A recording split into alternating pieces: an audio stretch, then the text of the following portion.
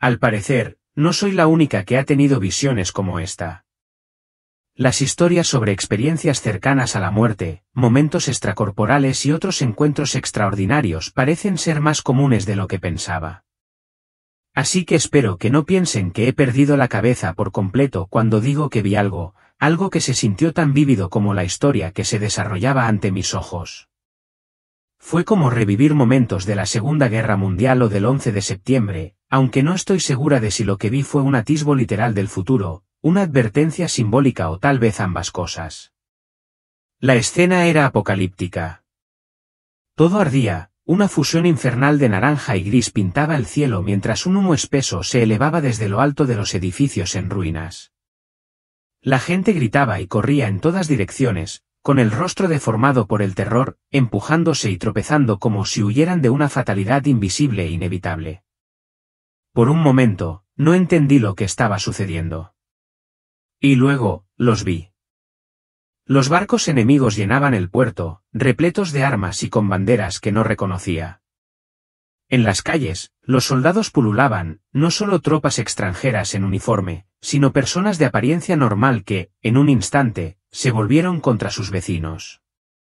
Se mezclaron, escondiendo su traición hasta que estalló el caos. Era un nivel de engaño que no podía comprender, y estaba en todas partes. Me quedé paralizada, completamente impotente. ¿Qué podía hacer? Solo soy una bibliotecaria, una gerente tranquila y amante de la rutina de una biblioteca de un pequeño pueblo en las afueras de Albany, Nueva York. Mi conocimiento de la guerra se limita a los libros que he leído y los documentales que he visto. Me sentí pequeña e insignificante en medio de la destrucción. Fue entonces cuando lo vi. Un niño, de no más de 10 años, estaba solo en el caos, agarrando una Biblia desgastada y hecha jirones contra su pecho como si fuera un salvavidas. Sus ojos grandes y asustados se encontraron con los míos, y gritó, con voz temblorosa pero desesperada, «Por favor, ¿puedes ayudarme?». Sin pensarlo, corrí hacia él. De alguna manera, sabía que tenía que hacerlo. No puedo explicar cómo, pero sentí una presencia, Jesús. Él estaba allí. No me habló ni me tocó, pero su cercanía era innegable, como una fuerza estabilizadora detrás de mí, guiando mis pasos. Sabía lo que tenía que hacer, aunque no lo comprendía del todo. Agarré la mano del niño, lo acerqué a mí, protegiéndolo lo mejor que pude. Fue entonces cuando miré hacia arriba y la vi, la Estatua de la Libertad, o lo que quedaba de ella. Estaba destrozada, su forma, una vez orgullosa, rota y esparcida por el puerto lleno de humo. Era una visión desgarradora, más que la caída de un monumento, era un símbolo de Estados Unidos desmoronándose bajo el peso de algo mucho más grande que sí mismo. Mientras estábamos allí, en medio del caos y la destrucción, escuché un susurro, suave pero penetrante, llevado por el viento como una advertencia, Misterio Babilonia. No tuve tiempo de pensar en su significado. El chico me tiraba del brazo con urgencia y gritaba, «¡Tenemos que irnos!». A nuestro alrededor, los soldados gritaban órdenes y sacaban a la gente de los edificios. Vi a una mujer que gritaba y forcejeaba, insistiendo en que no era una traidora. Fue entonces cuando me di cuenta de que no se trataba únicamente de una invasión extranjera. Algunos de los soldados no eran extranjeros, eran estadounidenses que se volvían contra su propia gente.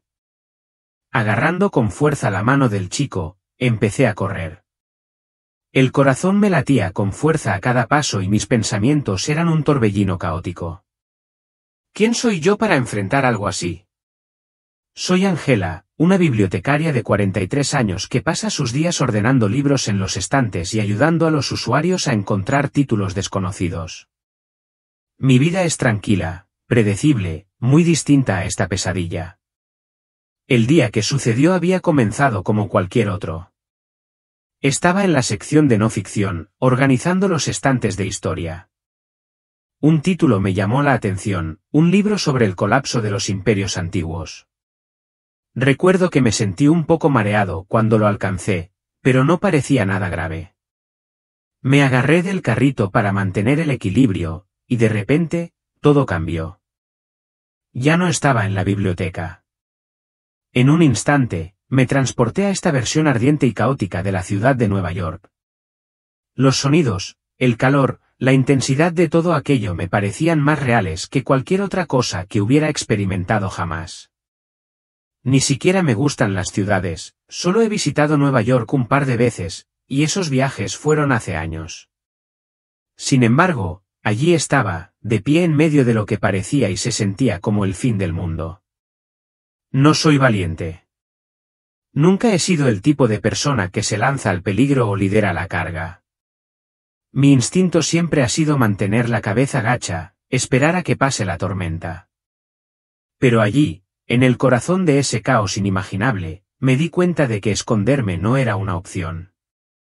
Ya no era solo una bibliotecaria, era alguien que este chico necesitaba. Y por razones que aún no podía comprender, sabía que tenía que actuar.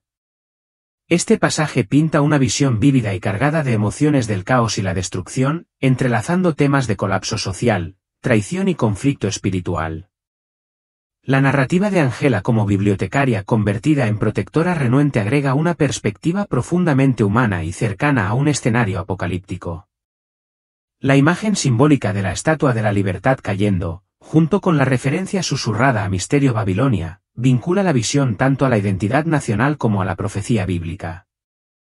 El marcado contraste entre la vida ordinaria de Angela y las circunstancias extraordinarias que enfrenta enfatiza el tema de la historia de propósito inesperado y resiliencia. Eli, el niño que agarra su Biblia, sirve como un faro de inocencia y fe en medio de la agitación, guiando a Angela hacia su papel en esta crisis que se desarrolla. Su creciente conciencia de la dimensión espiritual del conflicto agrega una capa de profundidad, sugiriendo que la destrucción física es simplemente un reflejo de una decadencia moral y espiritual más profunda. Este segmento captura la tensión entre la desesperación y la esperanza, el caos y el coraje, atrayendo al lector a un mundo donde la gente común está llamada a acciones extraordinarias. Si quieres, podemos ampliar la historia de Angela, desarrollar más el significado de Eli o explorar las implicaciones espirituales de la visión con más detalle. Cuéntame cómo te gustaría proceder. La ciudad parecía apretarnos más, cada callejón y cada esquina ocultaba un nuevo e inimaginable horror. Ventanas rotas y vehículos carbonizados se alineaban en las calles desoladas, su presencia era un testimonio sombrío del caos que se había apoderado de nosotros. El aire estaba cargado con el hedor del humo y la descomposición, el aroma de un mundo que se desmorona por sus costuras. Con cada paso que dábamos, el peso de la devastación se hacía más palpable, más sofocante. No se trataba simplemente de la caída de una ciudad, o incluso del colapso de un país, era el desmoronamiento de todo en lo que una vez habíamos puesto nuestra esperanza, todo lo que una vez había dado sentido a este mundo. Mientras caminábamos por las calles, nos topamos con una pequeña iglesia que parecía, en medio del tumulto, casi fuera de lugar. Su campanario aún se mantenía erguido, intacto por la destrucción circundante. Parecía un santuario frágil en el corazón de una pesadilla. La mano de Eli se apretó alrededor de la mía mientras nos acercábamos, la incertidumbre era evidente en su agarre. ¿Crees que estaremos a salvo aquí?, preguntó, su voz temblorosa por el miedo y la duda. No lo sé, respondí, la verdad pesaba en mi pecho. Pero vale la pena intentarlo. Las puertas de la iglesia estaban ligeramente entreabiertas, y entramos con cautela. El aire era más fresco, más tranquilo, una sensación fugaz de alivio me invadió, como si el peso del mundo pudiera detenerse momentáneamente. Pero la paz fue fugaz. El altar estaba volcado, los bancos destrozados y esparcidos por el suelo. Las paredes, una vez un lugar de refugio, ahora estaban profanadas, cubiertas de furiosos grafitis. Palabras como hipócritas y ¿dónde está tu Dios ahora?, estaban manchadas con pintura negra, su tono acusatorio resonaba a través del espacio vacío.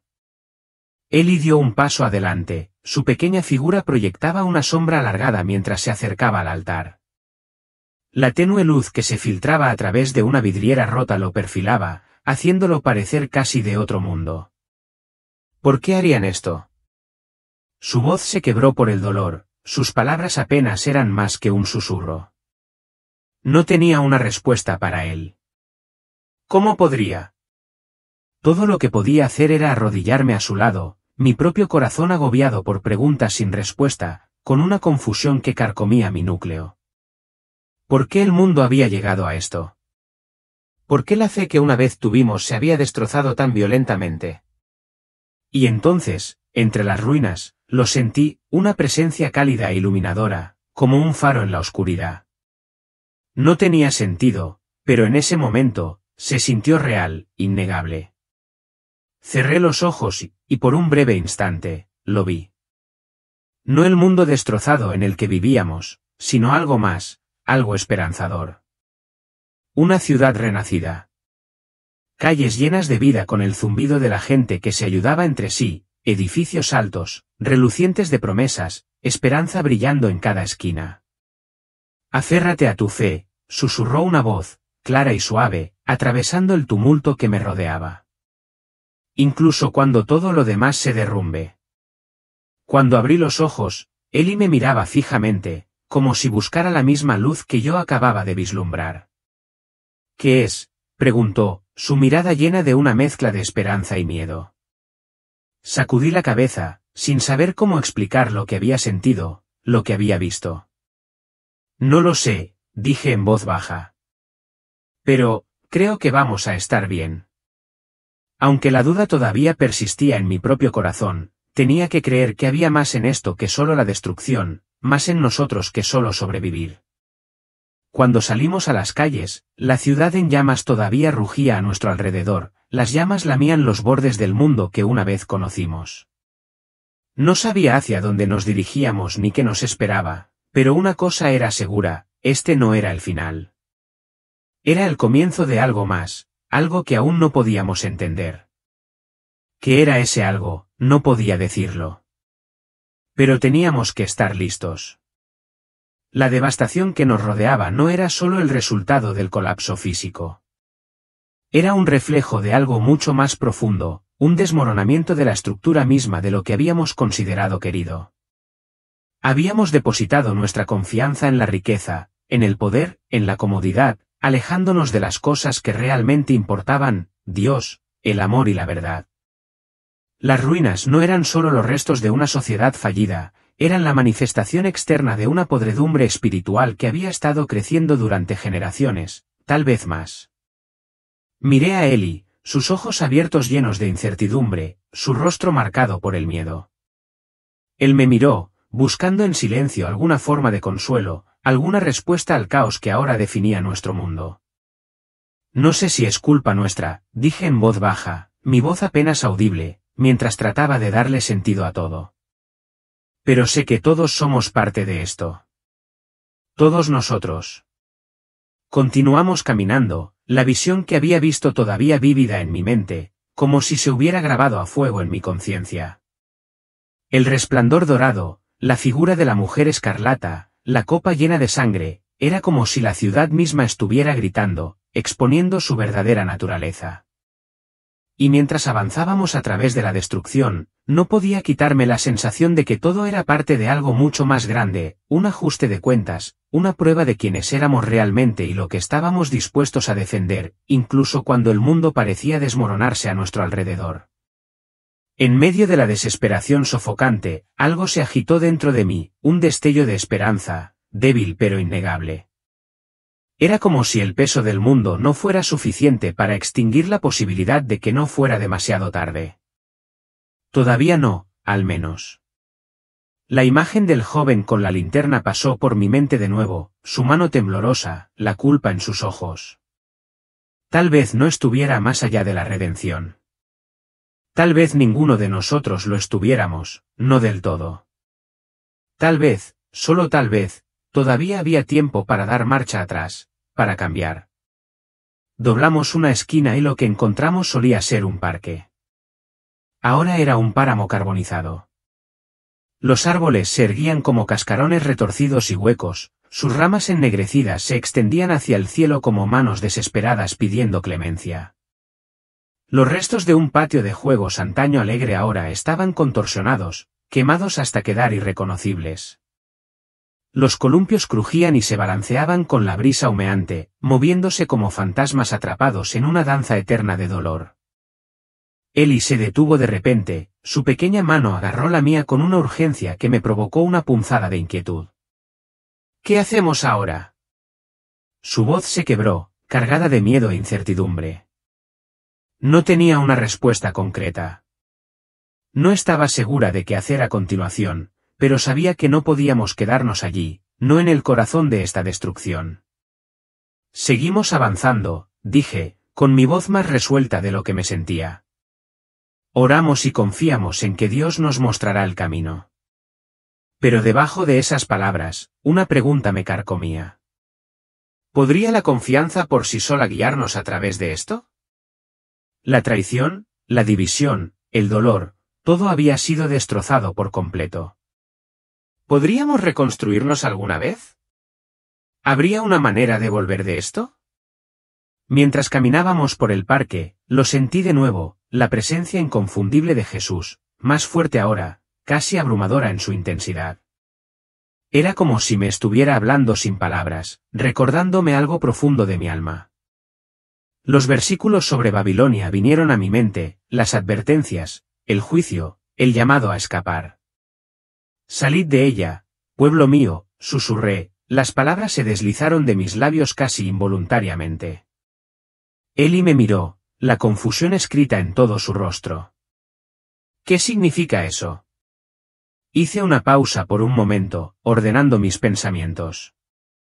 Significa que tenemos que ser diferentes, dije, mi voz ahora más firme, la verdad asentándose profundamente dentro de mí. No podemos vivir así por más tiempo. No podemos seguir poniendo nuestra confianza en las cosas de este mundo.